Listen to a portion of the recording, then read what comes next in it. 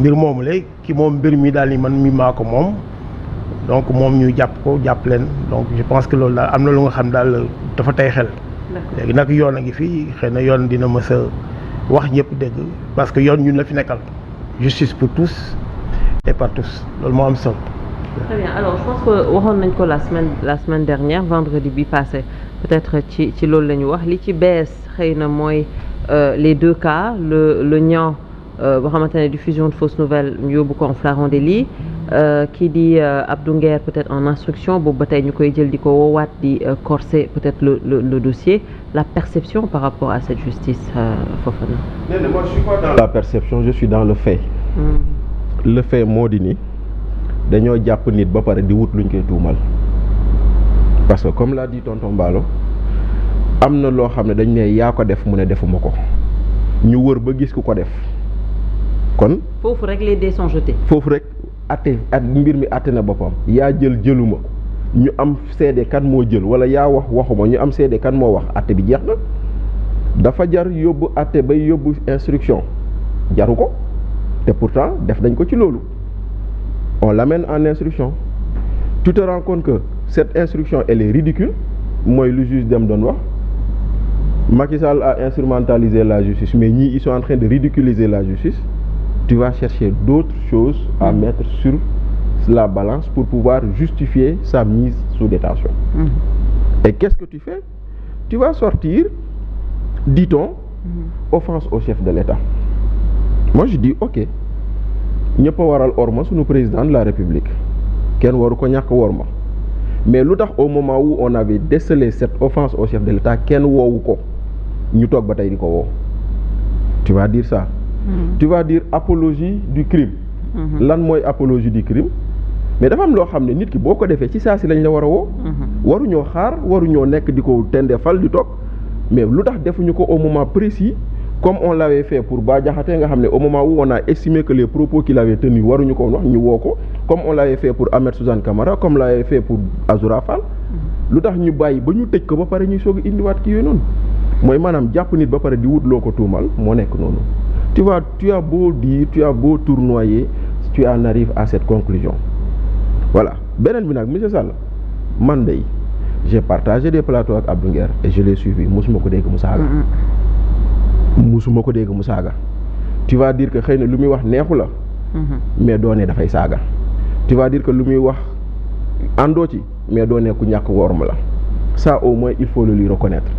donc nag bu fekkente nag nit ki dina wax fii ba suba te lu muy wax neexu la nga ne dafa réew dafa saaga dafa xamadi nati et cetera lui il a toujours dit noonu non man de waaw mais j'ai pas dit que je l'ai entendu dire que suñ ma fayee pour ma saaga Ousmane Sonko ma def ko je l'ai entendu dire ça. waaw mais est-ce que suñ ma fayee pour ma saaga mais dañ lay wax ne dañ ko fay. bon c'est la même chose. non non c'est pas la même chose mais c'est-à-dire que il ne l'a jamais fait. ça c'est un problème de comportement. non non non pour man penc mi boo ci nekkee. non il ne l'a jamais fait c'est-à-dire que il n'a jamais fait parce que suñ ma fayee wax jooju noonu il faut le remettre par rapport à quoi qu'est-ce qu'il disait ba tontu loolu. loolu moo am solo parce que quelqu'un a dit nit ñi dañ leen di fay pour ñu wax tu penses que ni wax boobu noonu am na lu ko mën a indi. non si pour man quelque soit nit loo mënti wax. non ci loo mënti wax ci benn débat pour man. mais tu peux arriver à cette conclusion. mais am na ay moments ma saaga nit kooku mais am na ay moments yoo xam ne fii bu coow amoon da nga doon nit ñi da nga doon dégg ñu naan yàlla xeeb dolli dégg nañ ko fi non coow am fii nii xuloo am manifestation am ñu ne na saf na boy na feneen tàkk. dégg nañ ko fi non. xam nga man je veux dire même s'il vous plaît même s'il vous plaît c'est juste c'est simplement pour dire que nit ku nekk ak nu mu waxee contexte bu mu waxee on peut le comprendre comme on peut ne pas le comprendre on peut être d'accord comme on peut ne pas être d'accord là n'est pas le problème dama ne le Abdou Nguer ak que j'ai fréquenté sur des émissions par-ci et par-là notamment sur ce plateau wala sur cette chaîne musuma ko dégg mu saaga musuma ko dégg mu wax loo xam ne maintenant nag tu peux ne pas être d'accord sur le ton qu'il utilise mais saagawul xastewul ça également je pense qu'il faut qu'on soit honnête avec lui donc aujourd'hui nous pensons que warul demee nii et d'autant plus que comme nu nga ko waxee nenne oui kii ñu toppee diffusion de fausses nouvelles comme Abdou Nguer dañ ko atte flagrant délit ba mu ñibbi tey dem seen école fa muy jàngale élève am yi di ko tàccu muy Arona Niang lu ñu toppee Assane Diouf. Assane Diouf propos contraire aux bonnes mœurs. sama xarit bi Assane Diouf ñu yóbbu ko instruction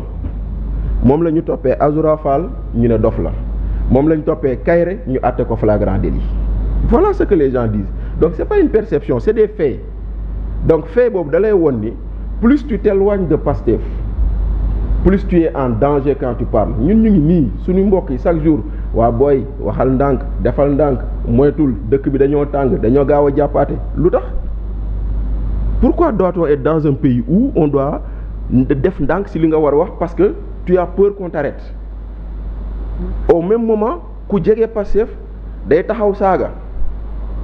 taxaw xaste taxaw tuumal nit taxaw sosal gor ñu ne la non non non c'est sa liberté d'expression et voilà le pays c'est pas une perception Néné c'est des faits et des c'est plus profond que ça c'est plus profond maintenant après nag c'est luy indi profondeur boobu noonu beneen mbir la on nous a vendu une rupture qu'on ne voit pas ndaxte tey jii nii tout le monde te dit Macky Sall liggéey na infrastructure defar na ko defar na leneen mais problème de justice la ñu amoon. bilan immatériel nit ñi ñëw asseoir tout ton discours autour de ce bilan immatériel pour arriver faire pire que Macky Sall et on voudrait que les gens se taisent mais on ne peut pas malheureusement. Omar même perception nga am. D'abord saluer la présence de Bougane keroog dem na seeti ko. lu Sénégalais yi di rafetlu parce que àdduna aussi noonu boo amee kuy liggéey ci sa boîte yàlla def mu am nattu li rafet mooy nga seeti ko te seeti bi mu ko seeti dalal na xelu képp ku xamante ni da ngay nekk ak moom wane ne au moins boo amee jafe-jafe dinaa ñëw partager ko ànd kook yow te il a démontré la fois passée parce que dem na fa dem mu seeti Abdou Nguer oui ñëpp rafetlu nañ ko maintenant nee na régime bi mu fi ñëwee ba léegi ni muy tëjee kenn mësul tëjee nii kenn. ah bon amul nañ ma ci wax benn rek ni ñuy tëjee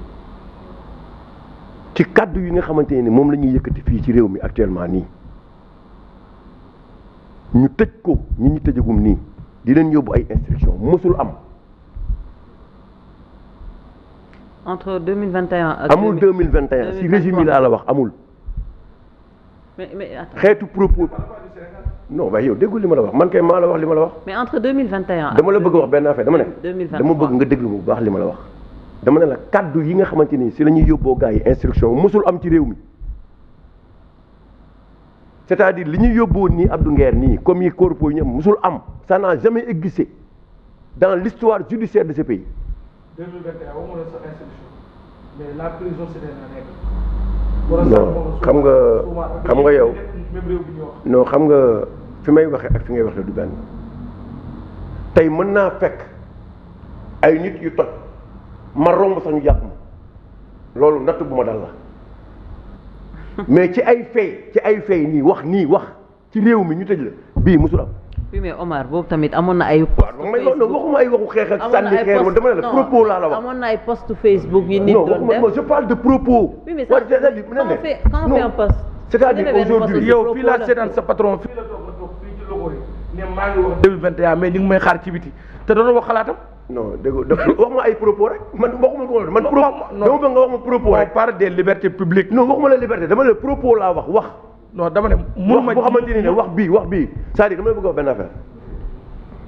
ni ñu jàppee Abdou Nguer jàppale ko Assane Diouf yóbbu leen instruction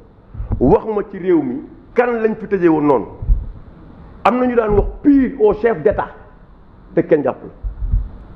fii dans ce pays pire te kenn jël siwu la mais yéen ni ngeen di jàppee moo yomb te mënuñu ko woon xalaat ci yéen parce que yéen lépp lu fi naraw nit war a def wala wax ko fi pour ñu tëj la def ngeen ko te kenn tëju leen donc un peu de respect pour les Sénégalais au moins d'accord yéen propos yi ngeen fi tenir ba jël nguur gi kenn dootu ko fi tenir mais nag un peu de respect pour yenn yi au moins ci liberté d'expression bi ça il y a un minimum de respect